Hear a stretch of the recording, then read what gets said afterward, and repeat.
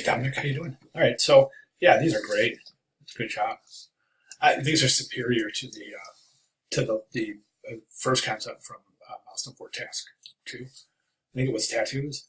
These are great. Really great job here. I think the really neat thing here is that it's this kind of depth that you've established just by this difference in figure ground, the figure ground relationship associated with these illustrations of clothing on a black background and on a white background. These seem to advance, and we should know that they're going to advance because you have lighter colors on a darker background. So that increases the contrast, and that increased contrast is causing those elements to kind of advance in the composition a little bit.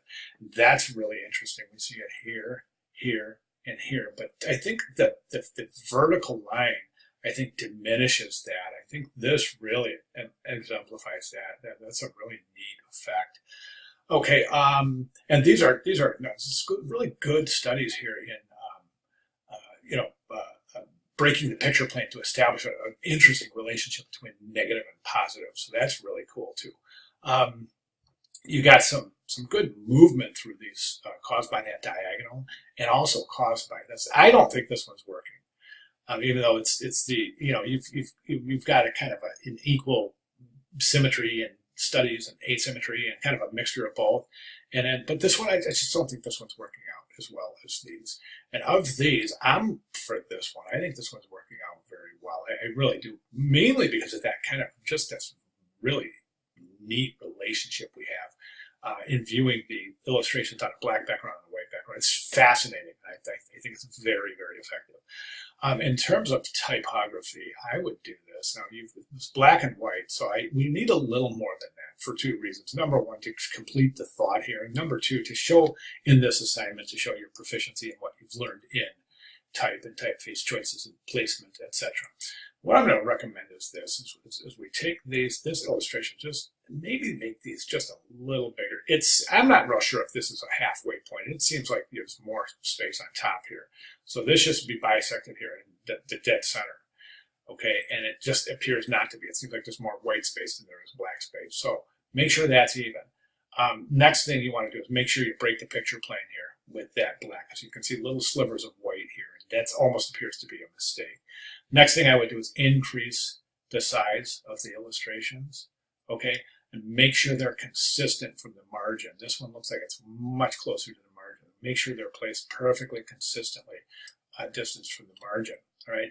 At that point, I would do this in black type. I would assemble black and white up here, okay? So, and a really good idea here for a typographic alignment is when you increase the size of this, you're going to see that this black and white is going to align somewhere, either the top of the hanger or preferably that line right there.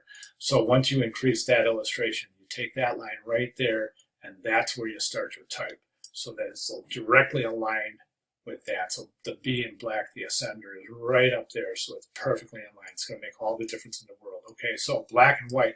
Then down here in white type, go ahead and left align a little information about the actual event here. What is it? What's going on here? You could even say something like, black and white, and then down here, Target's newest fashion line by Dominic Martin or Marvin, or something like that. Do you know what I'm saying? So just a little more typography, complete the thought, make it a complete rational poster, complete with communicative value, a thought, in delivery, as well as illustrative, in this case, illustrative prowess. So those would be my recommendations moving forward. So the one, well, you know what, I'm not going to say anything. We'll get there when we get there. I was going to introduce this next upcoming M5T2, but we'll get there. So let's go ahead and do that. I think that's your answer here. So if you want to pursue a different direction, please feel free. But I think that's going to be the most effective and most visually engaging of the four layouts. Okay. Also, this is a type layout, right? M5T1 is a type layout. So technically, what you would have done by this point, I know you scrapped last week's idea, M4T2 with the tattoo. But what you would have done is you would have picked your finest, what you felt to be the finest thumbnail there. Then you would have used that thumbnail, just made 4 copies of it, to do your studies. Okay, but since you scrapped that and these are your new studies, you've added type already. Okay, I get that.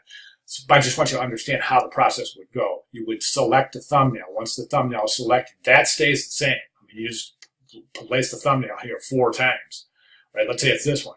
And then what you would do is give 4 completely different typographic compositions on the same background. That's how type studies are done, right? Okay, so those are my recommendations and comments. So if you have any questions, please let me know. I'll be glad to clarify.